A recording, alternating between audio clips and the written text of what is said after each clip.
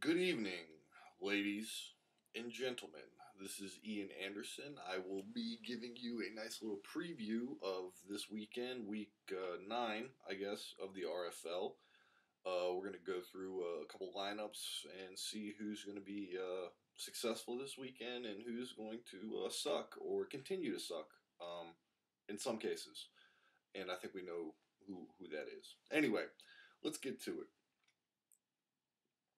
Nope, we're not going to do my game. Oh So Dirty versus Gotham City. Here's the deal. KB's made some pretty good moves this year. He brought in a guy that who in his contract said, yes, I will start a full lineup for you every weekend. So that's a big improvement from last year because that seemed to be a problem for KB. So yeah, like I said, now that he can get a full team in, he'll tend to be a little more successful, maybe, than he was last year. Then you have P on the other side, who has been getting the short end of the stick. Team is putting up a lot of points. It's just that he can't stop anybody on defense, and that's one of those things where it's great if you can score a lot of points, man, but you gotta hold that team down on the other end. So again, tough breaks on P's side, but I think this one might be a little bit more competitive than you might think, because people usually, when they see KB on their schedule, they say, hey, it's KB, probably won't even start his lineup. KB's like, no, because I have a guy now that starts my lineup, so I have a chance.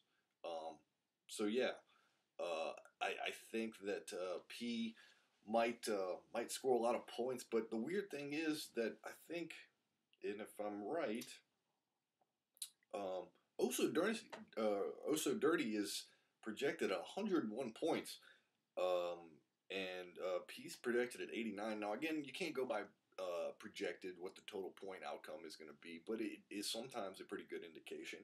The quarterback battle is Captain Scumbag at the Giants and Cam Newton at the Redskins.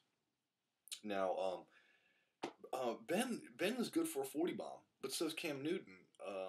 But I mean, not this year. And I like this guy Dwyer for the Steelers, running pretty hard. He doesn't have the breakaway speed. He's like Jerome Bettis. But Cam Newton is playing against a defense that's giving up a shade under 40 points a game. That's not good. D'Angelo Hall. I don't know if you guys saw the greatest D'Angelo Hall play of the year last week, where he actually got ejected for getting into it with a referee. And according to D'Angelo Hall, he said that the referee was talking shit. Now, I know that a lot of referees in the NFL tend to get into shit talking fights with players. So yeah, D'Angelo Hall's in good company. But the thing is, and Travis, I think you remember this too. When D'Angelo Hall was with the Falcons, Steve Smith whipped his ass all game. And I think he actually got a 45-yard penalty or 3 straight personal fouls while trying to guard Steve Smith during Bobby Petrino's time there. So I think Steve Smith's going to do the same thing because he holds a grudge, and D'Angelo Hall is terrible, and Washington's secondary is terrible. So if you have extra time, I know nobody likes watching the Redskins on television, just watch that matchup because it's going to be really entertaining if you fucking hate D'Angelo Hall like I do. Anyway, advantage, Cam Newton. Let's see. The running backs, D. Brown for Indiana is going for KB. Who is that? There was a D. Brown that played at Illinois basketball like 6 years ago. He was a point guard. Last time I saw, I think he was with the Wizards. I don't know what he's doing now. Apparently, he's a running back for the Colts. Ahmad Bradshaw at the Steelers, a little banged up defense, so we're going to go with Bradshaw on this. Second running back, Gotham has got Dwyer going for Pittsburgh at the Giants, and Dynasty's got Kendall Wright for Tennessee. I'm going to go with Dwyer. That's a pretty easy one, sort of a rookie wide receiver with Matt Hasselbeck throwing the ball, playing against the Chicago Bears. James Jones against Deshaun Jackson. Deshaun Jackson, apparently Vic just had a meeting. Everybody's on the hot seat in Philadelphia. The Saints play with about 7 guys on defense, so Deshaun should be open for the big play. I think because that's a primetime game. Deshaun Jackson might have a big game. And James Jones thing is just, it all depends on if Greg Jennings is playing or not. And again, I don't know if he's playing right now. Second wide receiver is Miles Austin versus AJ Green. I would 9 out of 10 times I would say AJ Green, just because he's amazing and is one of the top 5 receivers in the league. But the thing is that he's got Champ Bailey covering him, and Champ Bailey makes good wide receivers disappear. Miles Austin is playing against the Falcons. Man, that's tough. I'm gonna go with AJ Green because I fucking hate the Cowboys. So simple as that. Pettigrew Bennett. I'm gonna go with Martellus Bennett. Didn't really do anything last week, but I think he's gonna bounce back. And Pettigrew is just not too consistent. Defensively, Dynasty has got the Seahawks going for him, playing against Minnesota, and Gotham City has got the Broncos, but they're playing in Cincinnati. I think the Seahawks at home, their front seven is pretty formidable. They're very physical on the outside. I think I'm going to take the Seahawks on that one. Kickers, I don't do them. Who gives a shit about the kickers? Overall, like I said, just because Dynasty's projected at 101, and I don't understand that when I just went down the lineup like this. I think, even though I know that P is going to get KB's best effort, I think P is going to win this one. Now, I don't want to put a score on it. I usually don't do that. That's stupid. But yeah, I think that Gotham City is going to get the W here. I think they're going to come out and they're going to play very well, and I think Cam Newton's going to have 40 points because D'Angelo Hall is on the field for the Redskins. All right, let's go down. We are going to go to Noise Clan versus Red Rum. Okay, Red Rum, there was a post not too long ago where it was either All Red or CJ, and they were talking about how they get so much hate on them, but they're always competitive. And I had to say, I agree with that. I don't know how they do it. You know, sometimes these guys aren't even at drafts, and when they're there, they're not sober, and they still put talent on their team. And if you can compete year in and year out in the ACC, that means that you're doing something right. And even though they haven't won championships, they've been able to get to championships. And if it wasn't for Lawrence Maroney, CJ, they could have had a championship, and everybody in the ACC, well, I'm sorry, not Lucas, would have won a championship. So 3 out of 4, it's not bad. Wells is like the Norv Turner of the RFL, because I always feel like he's got really, really talented teams. They never seem to put it together. And this year's another thing, because I'm looking at his running backs, I see his quarterback, and I'm thinking, dude, how are you not better? Like, what the hell's going on? You know what I mean? But this is a pretty good matchup here. I'm not going with Tony. I'm going with Eli over Tony Romo, because Tony Romo plays for the Cowboys. LaShawn McCoy at New Orleans or Rashad Jennings at Detroit, both playing against shitty defenses. But LaShawn McCoy is going to get the nod because they're in a must-win, and they got to run the ball because the Saints, again, start 7 people on defense. I think he's going to have a big game. And then what else we got here? Vincent Jackson at Oakland. Oakland's secondary is fucking terrible. I'm sorry, Al. Rest in peace, but they are. And damn, he's coming off he had 170 yards 2 weeks ago. That is insane. Vincent Jackson in this one is a big one. Dwayne Bowe and Hakeem Nicks. Wells gets the advantage just because Hakeem Nicks is getting the ball thrown to him by Wells' quarterback, Eli Manning. And Dwayne Bowe, I think, has got, what's that fucking retard's? Oh, Matt Castle as the quarterback tonight going. And I think he's trade bait right now, so I think he's really going to tank it. So they trade him to the Seahawks is what I last heard. So, you know. Jermaine Gresham, Heath Miller. Heath Miller's been on a tear. All right. I thought this guy was done a year ago. Not so much. He's having a great year. This is a great pickup. He's going to win this matchup. Defensively, you got the Giants against the Steelers and the Redskins at Carolina.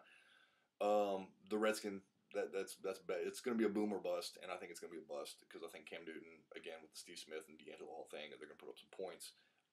So I'm going to go with the Giants on that. And then overall, this one, you know, just because the records don't show it, I think this one it has potential to be game of the week because these teams are very, very even. They're very, very similar. But I think out of conference, CJ struggles, even though he's coming off a huge win against Grant last week. Good job, by the way, guys. I'm going to go with the Noise Clan. Just have a feeling. So I think they're going to get it done, and they're going to go over 100 points. Hey, and they're projected at 105, so I'm a pretty smart guy. Anyway, let's go. Seafield Victory Backs and the Cagos Hellymen. Okay. You know what? I don't even want to get started with Steve. Whatever. Congratulations. Your team's good again. But I just remember last year that all you did was complain about how your team would never be good again, and you had to quit, and everybody had to listen every week about you sulking about how shitty your team was, and that you had to quit because it wasn't fair. And then you come out, Peyton Manning comes back to full strength, and you always talk about how smart you were to keep him. But if you look at your team last year, I mean, who the hell else were you going to keep? Your team was a fucking disaster. Yeah, so you kept him. It never helps, Steve, when you have Trent Richardson fall into your lap with the second pick, because the person that had the first pick this year should probably lose his team. Not going to name names. You should probably lose your team for that. Anyway, going against Kago. Kago's kind of on a skid here. He makes the most mercurial personnel decisions and trades that I can possibly think. And then I know, man, Kago, you put posts on justifying your pick. Well, it is your team. You can do whatever you want. I don't understand. I absolutely don't. And just to start with that, going with Andrew Luck over Andy Dalton. You have Andy Dalton on your bench. I don't get that. Now, I get it. Andrew Luck's going to be a great player. That's a great keeper. But you got to think Andy Dalton's only a year, older than Andrew Luck. So I don't know, man. Like, hopefully he becomes the next Peyton Manning. But you have more talent on your bench. Just with that, man, he's got Peyton Manning at Cincinnati. Cincinnati's defense is fucking terrible. Gonna go with Peyton here. Darren Sproles and Mike LaShore. See, I'm not gonna hit on the Mike LaShore trade. I think I was out of town the weekend or the week that this was happening. All these trades were happening. Everybody in it. The only thing I just don't understand how Grant Novzinger comes out of this trade with Rob Gronkowski and a second-round pick. And I guess this is all for Mike LaShore. So, again, Steve, I hope he is a great player. I don't see it because every time I look at his name, I laugh. So, that's not good. But anyways, so that's, the big one here is, that he has, Steve Coggins, or Constantinolis has Darren Sproles and Trent Richardson against Mike LaShore. See, I told you I left. And Reggie Bush. Reggie Bush kind of impressing me. Thought he was just going to go to Miami and suck like he did in Miami, because you guys know how I feel about Reggie Bush. He's a colossal bust with the number 2 overall pick. I'm going to go with Mike LaShore and Reggie Bush just because of the matchups. Trent Richardson is the big dog for Steve, but he's playing a pissed-off Baltimore team, and they're coming off a bye. So that's going to be very tough because they're not going to give Brandon Weeden any respect. They're going to put 8 guys in the box. I think he's going to have a rough day. Steve wins the running back matchup. Steve Coggins. Then we go to Des Bryant and Larry Fitzgerald. I'm going to go with Larry Fitzgerald because you're everything Des Bryant will never be. And I think we all know that, except for Cowboys fans. Aaron Decker, great pick here, Steve. Just because if he can not fall over when he's wide open running into the end zone, he could be a Pro Bowler. And you have Peyton Manning, which, again, that was a really good pick. Anquan Bolden is terrible. This is probably his last year in Baltimore. I've never seen a number 1 wide receiver like that get 0 looks in a game, which happens consistently. And I thought it was just when he was on Seneca's team. I was like, anybody that goes to Seneca's team, that's worth a 0 look, 0 catch game. But apparently he does it with Stephen Coggins, too. Tony Gonzalez, Greg Olsen, easy. Tony G, Steve, you do it every year, and the guy never lets you down. You got to retire his jersey after this year. That's what I'm just saying. Ravens D at Cleveland, and the Cardinals D at Green Bay. I just saw the Cardinals get torched by the 49ers. Alex Smith was 19 to 20 with 3 touchdowns. They can't tackle. Again, Ravens coming off a bye. I like that against a rookie quarterback and a rookie running back. So in the end, I mean, this is only a 5-point game. Both teams are supposed to be over 100 points. But I really think that if Andrew Luck can put up roughly the same amount of points as Peyton, I think that Reggie Bush and Mike LaShore, I just said that, okay, it's on tape, are going to lead Coggins' team to victory this week. All right? Go to the next one. Blacksburg Spiffies versus the Manchus Kingsmen. Phil, you're killing me, man. Like, I thought this was the year, dude. This was the year people fear to see Phil Keck in the playoffs. He had a pretty good draft. There was talent. You did a pretty good job, but you're letting me down, man. Carter, I don't know. He still has that Super Bowl 2009 hangover of losing that one to me.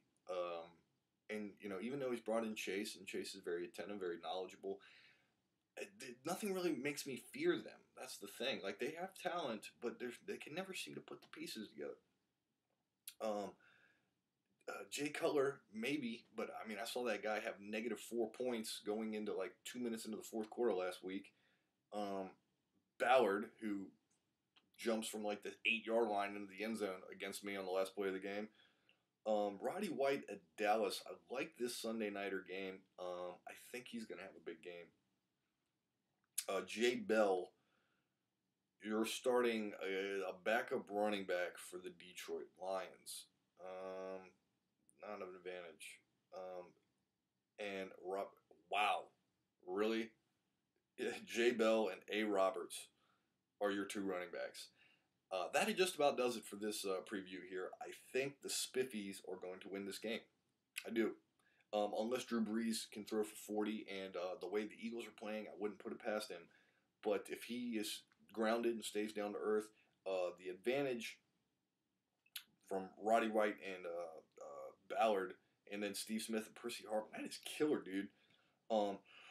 It'll all come down to Monday night, and if Jimmy Graham and Drew Brees don't do shit, then Phil's going to lose bad. But if they pull it all out there, then Phil could keep this competitive. But in the end, I like the Spiffies here to take this one because fool me once, shame on you, Phil. Fool me twice, shame on you, Phil, for making me a believer. So anyway, Spiffy's going to take that one. Let's go. The Senny All-Stars and the RU's Crunkists. Okay, so we finally figured out that Jeff's team is only going to win when Matt Stafford is putting up stupid points. Marshawn Lynch, pretty good keeper. I think he's a piece of shit because he plays for Pete Carroll. But it really just comes down to Matt Stafford because Marshawn is going to be consistent. And Matt Stafford is going to have to put up, even for the Lions, not just Jeff's team, he's got to have monster games for them to win. And at some point, you need to get Calvin Johnson involved back in the game. But remember, you do have that future keeper, Mike LaShore, taking looks away from Matt Stafford. I don't know if you guys remember that.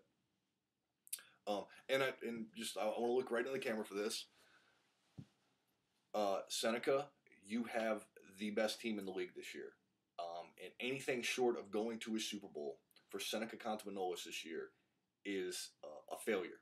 And I feel like I need to say this because I'm very critical on Seneca's team year in and year out because Seneca's team is like, one of those Little League soccer teams that, never win a game. And it's like a big thing if they score a goal when all the parents want to go crazy. And it's like, how happy Seneca gets when his team is like, finishes the year 1 game above 500 and they actually go to the playoffs. Like he buys $80, $100 worth of fireworks and lights them off. Like that's a big deal.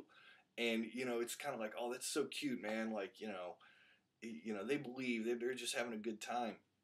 And that's how I feel about Seneca's team, except for this year. Like this is the first time I'm looking at his team since we started the league. And I'm like, there is a ton of talent here. This team should freight train its way to a championship.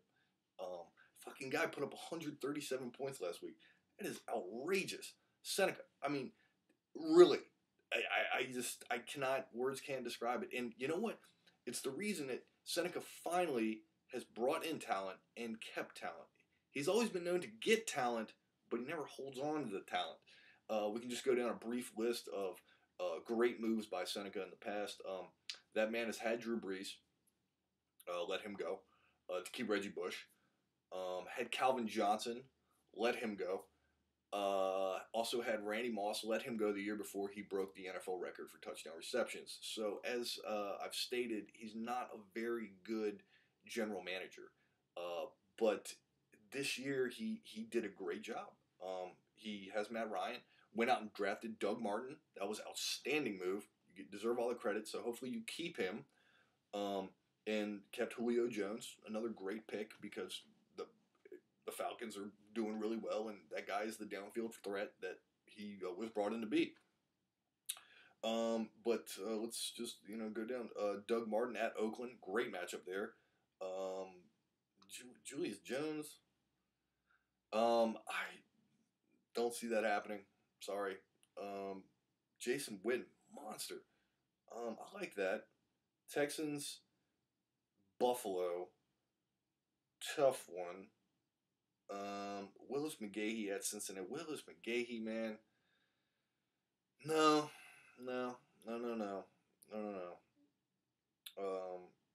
Demetrius Thomas, I like that, Jeff. That's a good move.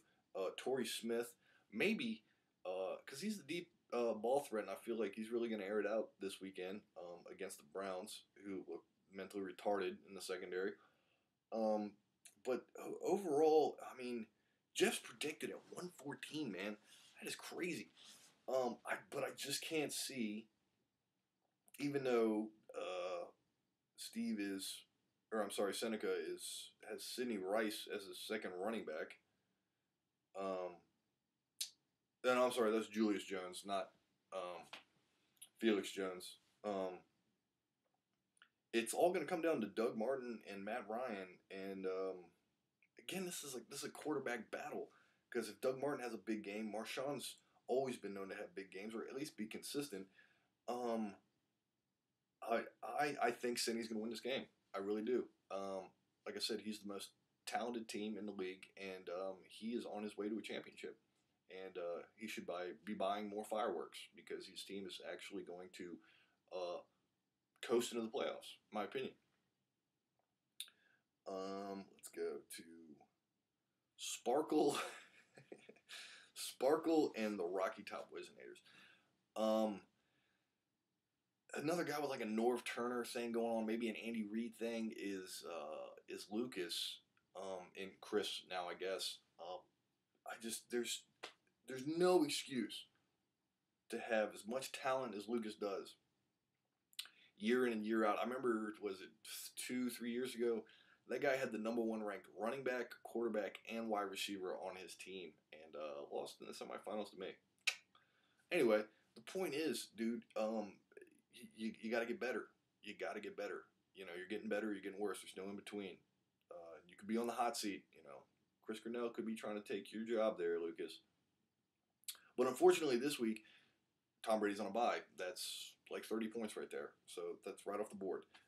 Andre Johnson, Arian Foster. Arian Foster is projected at like 30 points, So usually projections are like worst case scenario for players. If his worst case is 30 points, he's going to do his job. Travis, okay. Everybody's seen the Goonies, right? And that part where what's his name?